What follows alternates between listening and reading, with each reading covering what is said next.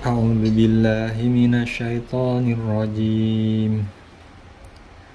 الله ولي الذين آمنوا يخرجهم من الظلمات إلى النور والذين كفروا أولياؤهم الطاغوت يخرجونهم من النور إلى الظلمات Ulaika ashabun nari hum fiha khalidun.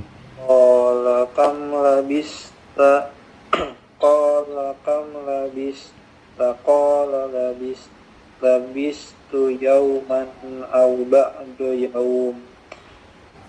A'udzu billahi minasy syaithanir rajim. Wa qala Ibrahim Rabbi arini kaifa tuhyil mauta. Qala awalam tu'min. Qala bala walakin liyatma'inna qalbi. Auzubillahi minasyaitonir rajim. Qaulun ma'rufun wa maghfiratun khairum min shadaqati yatba'uha azan. Wallahu ghaniyyun halim. Kita lanjut ke terjemah ya. Terakhir sampai ayat 18, sekarang 19. Ini juga kelihatan full ya?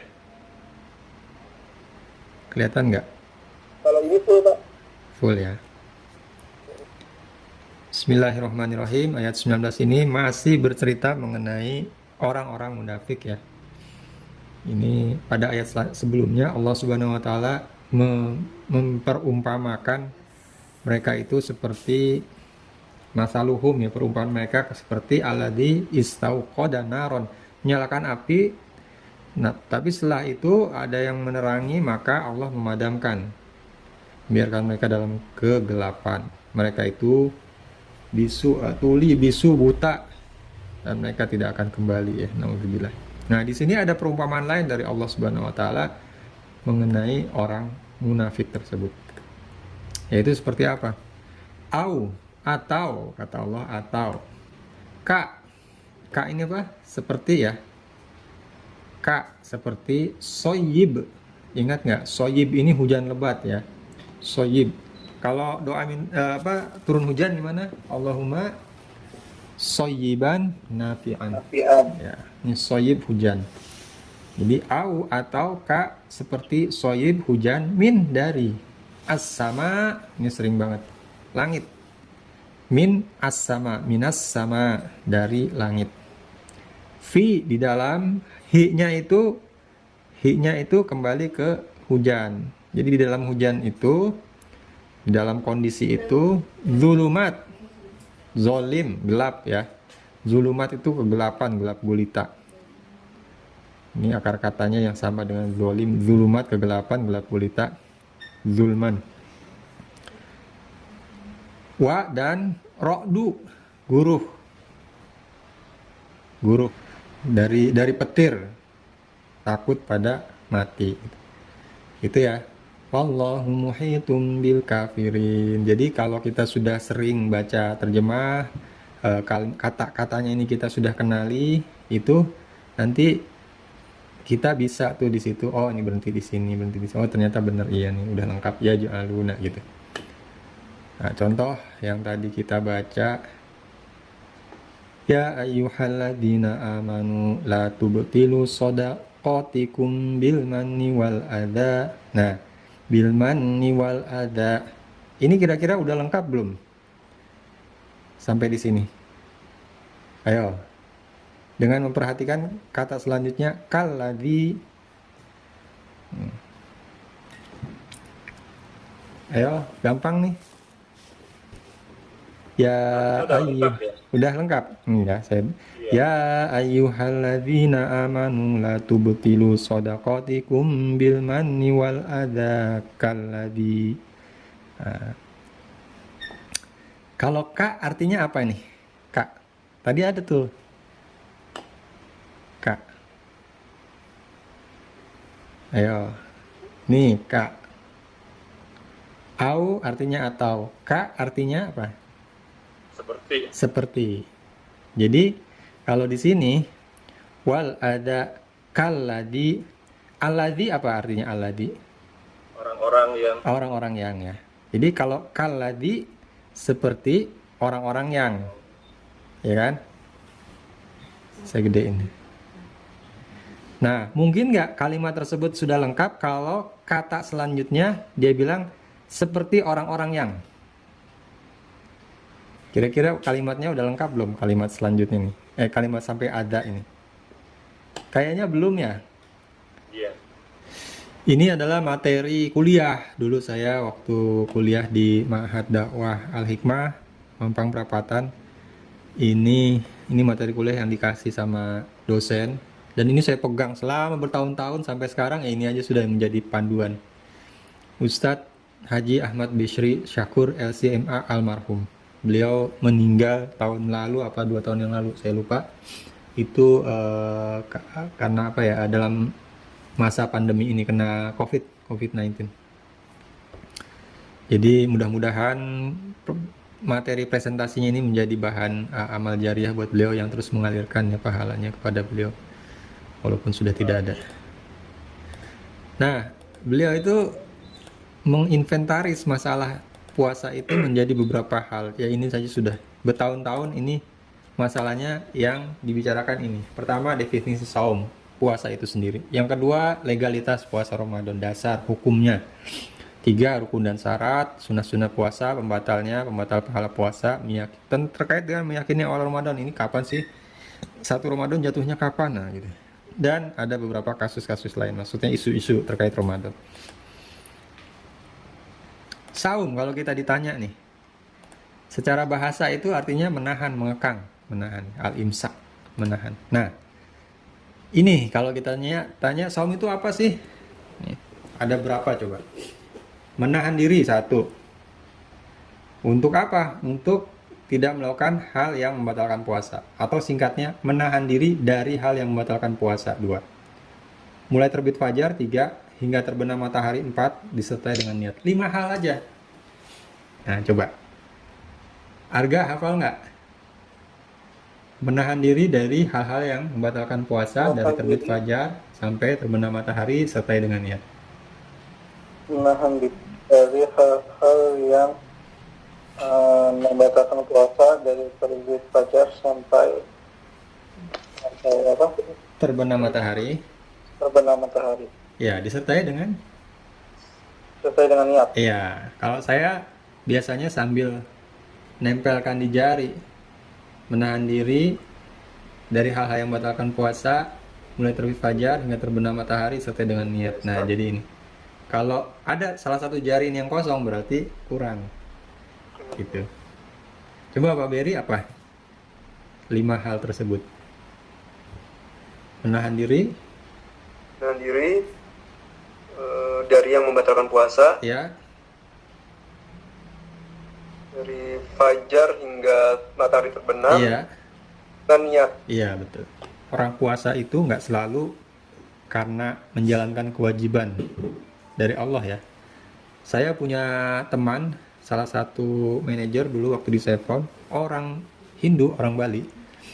Beliau itu rajin ini puasa Senin Kamis karena merasa bermanfaat buat kesehatan gitu.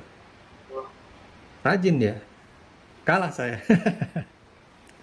Kalau hari Kamis meeting sama dia lagi puasa, kita enggak.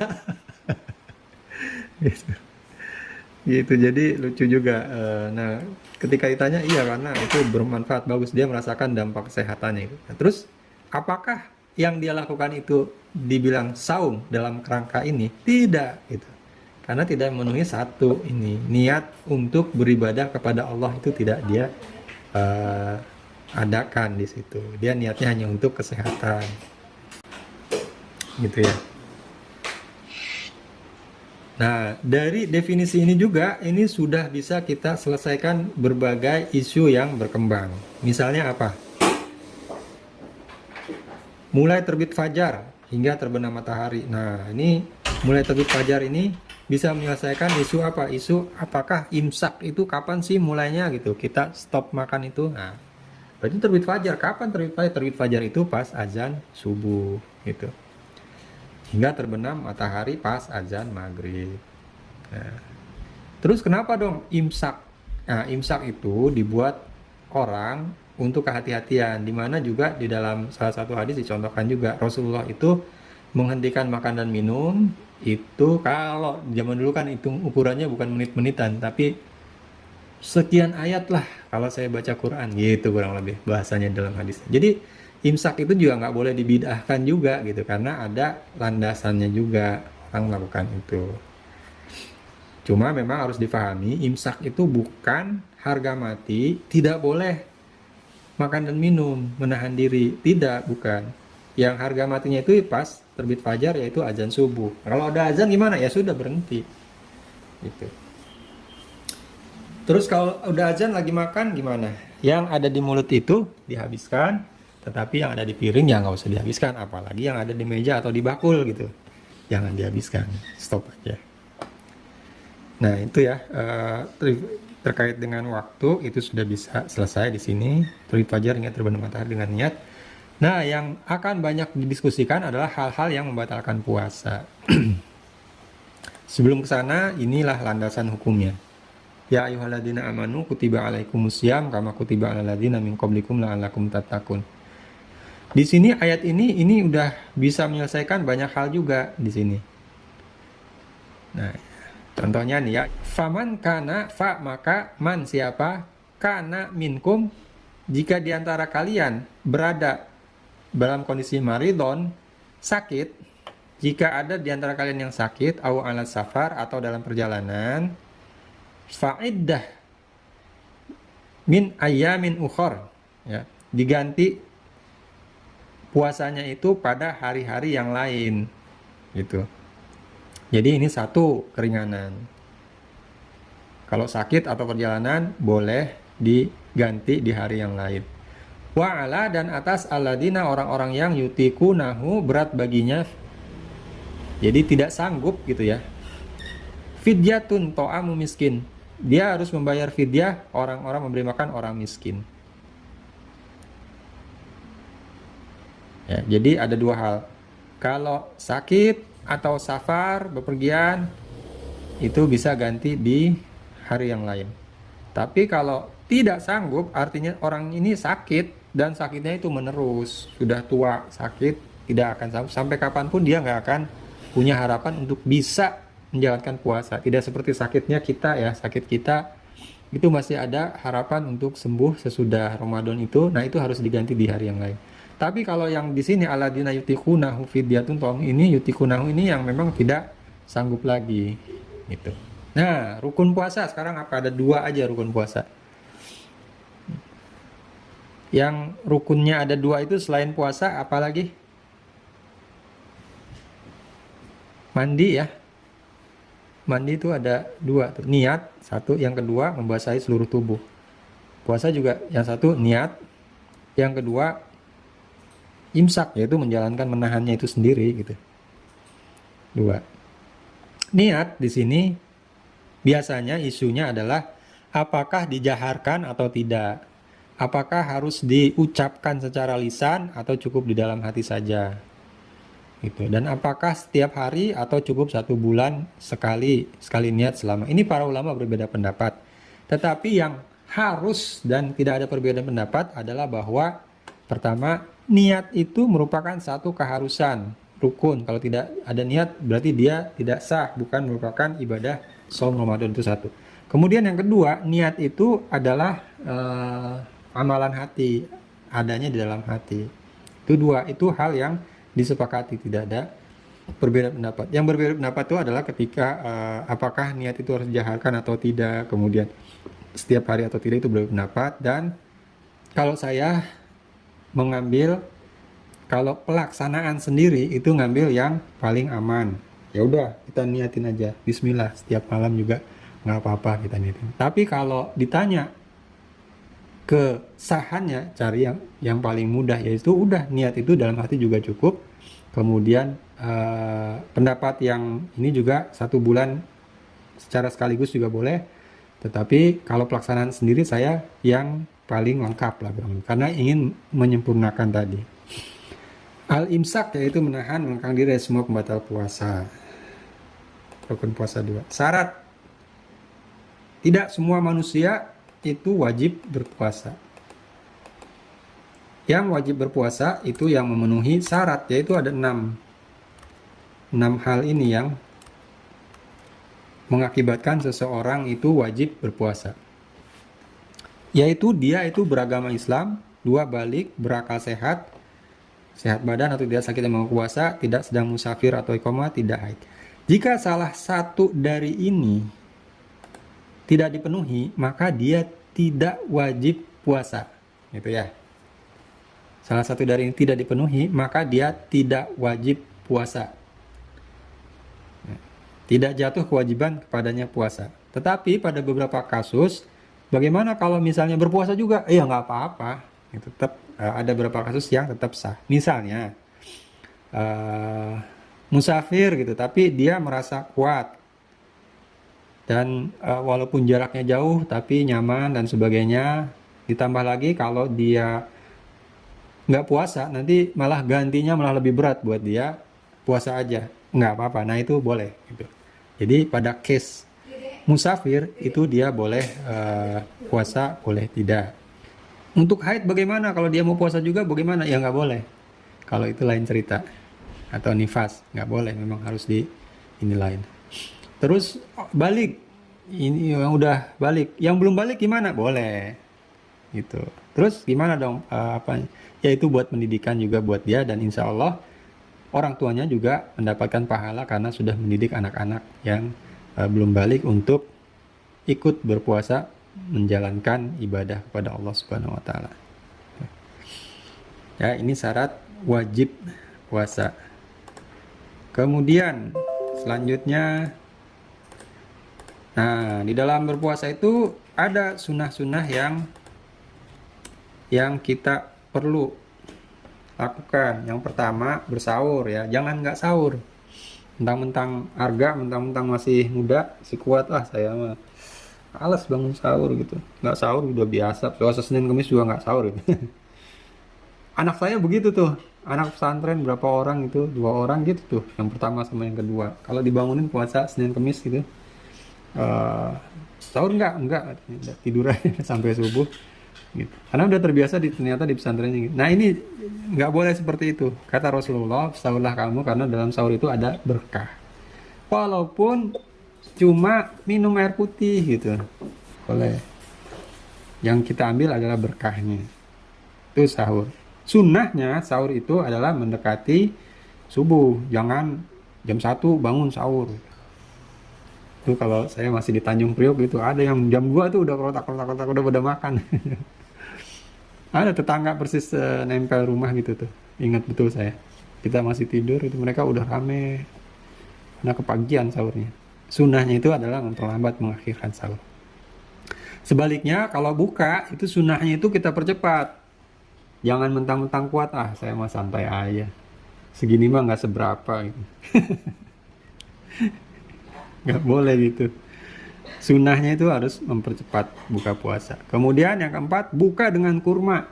Ya bahasanya Rasulullah ya dalam di hadisnya itu kurma. Bukan yang manis-manis. Ini ada yang melesetin jadi manis-manis, akhirnya jadi iklan teh sosro gitu, berbuka dengan yang manis dan sebagainya. Padahal bahasanya kurma gitu. Dan memang ternyata beda manisnya kurma dengan manisnya gula, beda gitu. Jadi jangan ini kan ke gula gitu. Ternyata kan gula itu jahat ya buat badan kita. Kemudian memperbanyak doa dan tilawah Quran atau berzikir, kemudian memberi buka takjil untuk orang lain. Barang siapa yang memberikan makan untuk berbuka puasa, kata Rasulullah, maka dia akan mendapatkan pahala sebagaimana orang yang berpuasa itu tanpa mengurangi sedikit pun pahala orang tersebut gitu. Jadi ini salah satu kuantum ibadah kalau kita ingin mendobelkan pahala puasa kita, nah itu setiap hari kita beri buka takjil kepada orang lain, kasih sumbangan di masjid atau titip kurma di masjid atau di mana yang ada di situ berbuka puasa bersama. Kemudian tidak berkata kotor dan keji ya, rofas. Itu menjaga lisan kita. Itu sunnah-sunnahnya. Kemudian yang membatalkan puasa itu apa? Yang pertama ini tadi ya. Ini sebenarnya yang inti dari tadi definisinya adalah pembatal puasa. Kita kan menahan diri dari yang membatal puasa. Yang membatalkan puasa itu ada dibagi dua. Yang pertama itu ada yang muttafaq alaih, itu tidak ada perbedaan pendapat, yaitu 3 hal. Makan, minum, hubungan seks suami istri ya, itu membatalkan puasa. Jima ya, maksudnya jima. Kalau dibilang hubungan seks itu kadang-kadang masih terlalu luas. Jadi kalau cium pipi gitu atau mesra-mesraan itu belum termasuk berhubungan seksual yang membatalkan puasa. Jadi di sini yang dimaksud adalah jima, makan, minum. Ini batal puasanya. Ya, tiga hal ini para ulama sepakat, tidak ada perbedaan pendapat. Nah, yang ada perbedaan pendapat adalah berbekam dan muntah. Untuk berbekam itu intinya 2 hal ini. Kalau membuat tubuh menjadi lemah, maka dia membatalkan puasa. 2 hal itu, baik berbekam atau muntah. Intinya itu. Tapi kalau tidak, dia tidak membatalkan puasa. Gitu.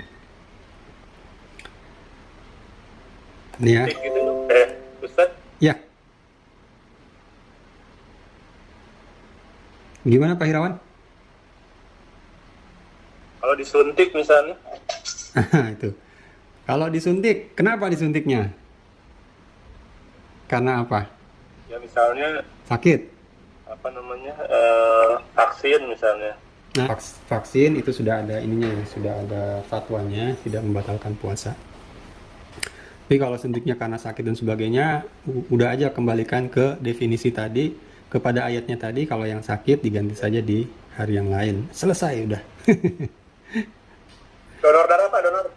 Donor darah tidak membatalkan, dia kan tidak bisa dipersamakan dengan ini, makan, minum, hubungan seks. Paling dipersamakan dengan berbekam. Jadi donor kalau membuat tubuh lemah, itu membatalkan. Tapi kan diperiksa dulu sebelumnya. Kalau kira-kira akan membahayakan, dia ditolak gitu ya. Kalau tensinya atau HB-nya itu terlalu rendah, terlalu tinggi, itu akan ditolakkan gitu. Jadi kurang lebih sama dengan berbekam. Kemudian yang membatalkan pahala puasa itu ya rofas, yaitu berkata jorok, berlaku cabul. Istihza, bersikap dan berkata melecehkan orang lain. Ini ya. Jadi walaupun puasanya itu tetap sah, tapi dia tidak mendapatkan pahala puasa yang berkata-kata seperti ini atau bersikap melecehkan orang lain. Itu ya, kalau membatalkan pahala puasa. Kemudian ini, meyakini awal Ramadan. Ja'a telah datang seorang A'rab, orang Arab, ilan Nabi, kepada Nabi SAW. Faqal, dia berkata, Ra'aitul hilal, katanya. Datang seorang Arab Badui kepada Rasulullah, dia berkata, ya Rasulullah, aku telah melihat hilal. Faqal, maka Rasulullah mengatakan kepadanya, Atashhadu an la ilaha illallah wa anna Muhammadan abduhu wa rasuluh. Apakah kamu bersaksi bahwa tidak ada ilah kecuali Allah dan Muhammad adalah Rasulullah? Nah, maka kemudian fanada, maka Rasulullah Nabi sallallahu alaihi wasallam mengajak kami semua untuk berpuasa. Jadi hadis ini adalah merupakan hadis yang menjadi dasar dari masuknya bulan Ramadan dengan cara melihat hilal secara mata kepala. Kemudian yang kedua, hadatsana Adam, seterusnya Abu Hurairah sallallahu alaihi wasallam, qala Abu sumu ar-ru'yatihi wa aftiru li ru'yatihi, ya. Berpuasalah kamu li ru'yati, dengan melihat hilal maksudnya. Wa aftiru, dan hentikan puasa, maksudnya udah masuk Idul Fitri. Li ru'yati, dengan ketika kamu melihat melihat hilal gitu. Fa'in gubiya alaikum fa'akmilu idata Sya'ban 30. Dan jika bulan itu nggak kelihatan karena ada awan gitu ya, karena mendung. Jadi karena sesuatu itu nggak bisa melihat hilal pada tanggal 29 itu, maka kata Rasulullah, sempurnakan bilangan Sya'ban menjadi 30 gitu. Jadi jangan puasa besok, karena puasa besok itu masih bulan Sya'ban, yaitu tanggal 30 Sya'ban. Kan hilal itu dilihatnya tanggal 29. 29 dilihat, diintip, kelihatan, berarti besok tanggal 1. Kalau dilihat nggak kelihatan, besok tanggal 30. Nah, kalau nggak ada awan nih, nggak kelihatan, susah nih. Ya sudah, kata Rasulullah, genapkan menjadi 30 Sya'bannya. Jadi besok belum gitu. Perhatikan ya, di sini Rasulullah memerintahkan atau mencontohkan zaman itu meyakini Ramadan dengan melihat dengan mata kepala. Ya. Kalau nggak kelihatan gimana? Genapkan 30. Ya. Sementara sekarang itu teknologi udah sedemikian maju ya, perhitungan itu sudah komputerisasi dan sebagainya, sebetulnya nggak perlu ngelihat pun secara mata kepala, itu sudah bisa ditentukan. Bahkan sampai kapanpun itu kalender sudah bisa ditentukan dengan perhitungan secara matematis, lokasi atau posisi-posisi bulan itu di mana, itu bisa. Nah, itu yang dilakukan oleh Muhammadiyah. Muhammadiyah itu punya visi, punya kalender Islam sedunia yang sifatnya itu predictable gitu. Jadi bisa diprediksi, bisa ditetapkan selama-lamanya gitu, sampai kapanpun gitu. Supaya apa? Supaya jadwal-jadwalnya umat Islam ini bisa pasti. Kita nggak berubah-ubah lagi tanggalnya. Sementara orang-orang atau di pihak yang lain nggak berani gitu, Pak Irawan. Nggak berani meninggalkan sama sekali ru'yah hilal itu, melihat hilal secara mata kepala. Di antaranya adalah NU misalnya. Nah, terus kemudian ada juga yang di pertengahan, misalnya Persis dan sebagainya, itu menggunakan dua-duanya. Menggunakan hilal ru'yah juga dan menggunakan perhitungan matematis juga. Jadi kalau yang pertengahan ini, kalau secara matematis itu di atas 3 derajat, maka dilakukan pemantauan hilal untuk memastikan. Kalau terlihat, berarti besok saum. Kalau tidak terlihat, besok tidak saum. Gitu. Nah, kalau Muhammadiyah mau terlihat mau enggak, yang penting sudah di atas sekian derajat, itu besok berarti sudah tanggal 1. Itu. Nah, kalau NU, dia sama sekali tidak, mungkin sekarang sudah ya mempertimbangkan, tapi itu pun hanya untuk pertimbangan aja mengenai berapa derajat posisinya si bulan itu di atas cakrawala. Ini yang mengakibatkan sampai kapanpun akan terjadi perbedaan pendapat gitu. Dan ini mestinya tidak menjadikan kita berselisih. Nah, ini yang perlu kita perhatikan di sini ya. Ini di slide selanjutnya ini. Bentar. Di slide selanjutnya ini yang perlu kita pahami, ini satu nih. Bahwa antara meyakini atau menentukan dan menetapkan itu berbeda. Siapapun boleh meyakini. Pribadi, LSM, partai politik, ormas Islam boleh meyakini. Tapi yang berwenang menentukan, menetapkan itu hanyalah pemerintah yang sah. Ini aturan yang harus kita pegang nih. Seperti tadi hadisnya kan, yang menetapkan siapa? Rasulullah sebagai kepala pemerintahan pada saat itu. Bisa jadi ada orang yang tidak yakin juga dan sebagainya, tapi tetap yang menentukan siapa? Pemerintah yang sah. Jadi dengan dasar inilah sebetulnya kita dipermudah nih. Ya sudah, ikuti saja apa yang sudah diputuskan oleh pemerintah yang sah. Gitu. Ini sudah menjadi keringanan buat kita, kalaupun tidak ikut yang berbeda, itu sudah ada satu way out-nya. Sudah, insya Allah kita tidak berdosa karena itu. Kurang lebih seperti itu, Pak Irawan. Nah, ini merupakan penjelasan dari yang tadi ya. Ada 2 metode. Ruqyat itu melihat dengan mata telanjang. Ikmal itu menggenapkan menjadi 30 hari. Ini udah ya, tadi nggak kita ulangi lagi. Jadi konsekuensi dari penetapan tanggal melalui melihat hilal itu secara internasional konsekuensinya bahwa satu negara dengan negara lain itu bisa jadi berbeda gitu. Indonesia dengan Malaysia bisa jadi berbeda. Indonesia dengan Saudi Arabia bisa jadi berbeda. Karena misalnya di sini terlihat, di sana tidak terlihat. Gitu. Tapi itulah nggak apa-apa, itu ada dasarnya itu. Jadi jangan dipermasalahkan. Misalnya kita ini kan karena matahari terbit duluan di sini, terbenam duluan di sini, wah besok puasa. Terus kemudian Saudi Arabia 6 jam kemudian menetapkan besok belum puasa. Wah, terus ribut di orang se-Indonesia gitu. Wah, Saudi berarti kita salah semua nih satu negara. Enggak begitu gitu. Enggak begitu. Kita nggak salah dan mereka pun nggak salah. Kenapa? Karena Rasulullah itu mencontohkan melihat seperti itu, menetapkan ruqyat hilal baru kemudian menetapkan tanggal. Besok apakah besok puasa atau tidak. Dan itu kan berlakunya di dalam satu pemerintahan-pemerintahan. Karena umat Islam sekarang tidak mempunyai pemerintahan yang terpusat seperti khilafah, maka sangat memungkinkan terjadinya perbedaan di antara negeri-negeri kaum muslimin gitu. Dan itu jangan dipermasalahkan menjadi sesuatu yang kemudian jadi masalah gitu. Wah, salah semua nih Indonesia tuh. Kenapa? Saudi belum. Enggak begitu gitu, enggak. Ya. Nah, ini terkait dengan isu-isu lain dari Ramadan. Pertama, jumlah bilangan rakaat tarawih, sholat atau qiyamul lail. Ini jangan dipermasalahkan lah. Intinya, nikmatilah sholat itu. Kalau rakaatnya banyak, kalau suratnya pendek-pendek, wah berarti rakaatnya kita banyakin.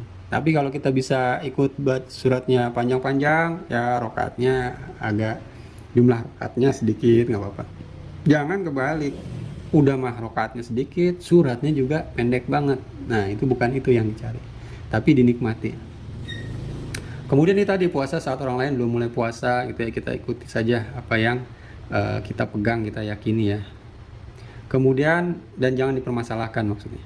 Ini sama juga puasa saat orang lain sholat Idul Fitri, sama sholat witir dan kunut witir. Nah, ini juga jangan dipermasalahkan. Sholat tahajud setelah sholat tarawih. Boleh nggak? Udah tarawih, tahajud? Iya, nggak apa-apa, boleh. Cuma kalau setelah sholat tarawihnya sudah witir, ya sudah. Witir itu satu kali aja deh, satu tiap malam. Ini tahajudnya nggak pakai witir lagi. Berjamaah qiyamul lail, ini ada hadisnya kok, bukan bid'ah. Jadi jangan dipermasalahkan juga. Zakat fitrah dengan mata uang, ini ada ulama yang memperbolehkan. Walaupun kalau di Al-Barokah, karena kehati-hatian, itu jadinya bawa-bawa beras nih si panitia, beras ditaruh di ini. Harga nih biasanya jadi panitia setiap tahun nih. Kita beli beras dari koperasi.